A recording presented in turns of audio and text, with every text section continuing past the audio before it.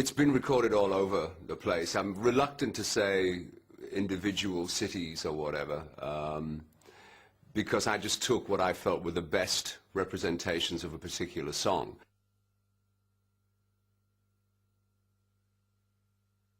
Fortunately, with Whitesnake songs, I have maybe 65% of every show I do. There are certain songs I have to play, otherwise I think my audience would be very disappointed. So I really do want new material to get my teeth into performing live if I'm going to do this for the next 3 to 5 years as a live performer. 3 of the songs are, you know, rather naughty. It's not William Shakespeare. It's more sexy Shakespeare.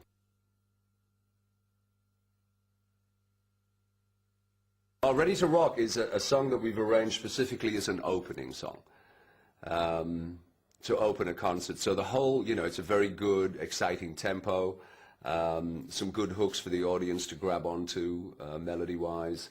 It's, you know, great elements for the drummer, for the guitar players, and it's me wailing like a banshee, and the theme of the lyric is literally just to stir up the energy of the show in preparation of what the evening is going to be like. We've had a great response also to the new song. Every so often we've played Ready to Rock in concert, and there's been very positive response to that.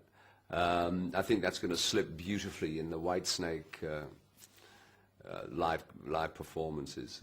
The responses have been phenomenal. We've just been through Europe, Istanbul, Turkey, we've never been before, Macedonia, Slovenia. It was 31 years since I was in Belgrade with Deep Purple. Of course, they had, at that time, it was a communist, a Soviet situation. Of course, they've had this horrifying civil war since then. We had, I think, 18,000 people not only in the stadium, and there were the same amount of people on the outside listening to the music, partying, surrounding the venue. It was an incredible, soulful experience. We've had immense audiences in places that I never thought my music had ever touched. So that was extremely uplifting for me.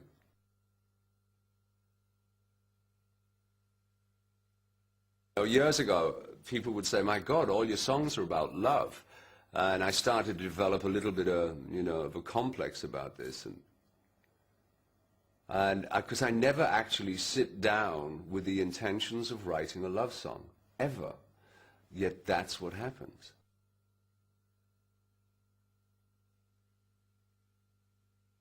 I came back to work for 2 months in 2003 at the request of EMI to celebrate the 25th anniversary of Whitesnake.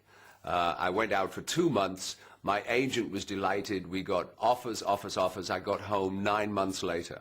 So I thought, and I had a fantastic experience. I'd been retired. I was very happy being a father to my son, husband to my wife, living at Lake Tahoe. My wife was much more aware of how much I missed live performing. Not the business, but just the performing. I'd sort of closed that down. And then the first show I did, I believe, was in Jacksonville in Florida. And it was like just this explosion of pleasures for me. And so I made a decision then. The musicians had the same vibe. The most important thing for me was to achieve balance, which I've never really had in my life before. So I said to the players, if you're up for it, I'll work maybe 6 months out of the year. The other 6 months I'm going to be husband and father and or whatever. Right now, I think the intensity of the performances, the consistency, it's very much how I imagined it. I've always had elements of what I've imagined Whitesnake to be, but never had a full complement. And I believe this is as close as I've got to the perfect definition of Whitesnake in order to play this style of music, vocally and instrumentally. There's always been compromise before. I've worked with a great player who couldn't really sing, and as anybody familiar with my work will know that I enjoy harmonies and big, powerful choruses. it's difficult when you're working with a group of drunken sailors. You know, I have my direction now. It's much more, I've found what I was looking for, which is the spiritual aspect, that I've always believed in God, but never knew how to articulate and never had any guidance on how to do this. And over the now I meditate, and I still, of course, believe in God utterly. And I'm not sure it's something that I'm going to be preaching about in terms of my music. I will be celebrating my belief system within my songs and the physical release and emotional release I can give other people. You know, I try to uplift people's spirits. Some of the places that I've recently visited certainly needed their spirits lifting up. And by the look of it, hopefully we gave them a good shot of Whitesnake, rhythm and blues, rock and roll.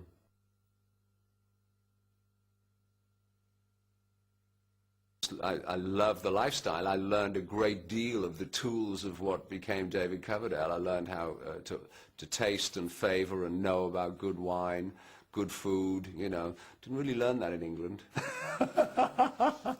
But don't tell the English. I felt, the moment I got onto the continent, what we call in England the continent, I felt so much more European. With a lifestyle, being able to sit, you know, with a morning coffee watching the world go by. Yeah, I just embraced that lifestyle immediately. And to a certain extent, I still miss it, but I'll recreate it in my own way at home. I live at Lake Tahoe in the Sierra Nevada mountains. It is not Las Vegas. It is in the, you know, northern Nevada. I live 7,000 feet above sea level, overlooking one of the most beautiful lakes. I'm very comfortable by large bodies of water for some reason, and hopefully that will be my home for some time. Although, I must say, I would talk to my wife, I really feel connected to Portugal. But the other thing is, of course, since I became a grandparent, I definitely would like to be closer to my granddaughters, and they're in Munich. With the support of my family, this is, and of course now my son's is inspired to be a rock and roller, which is fascinating to me.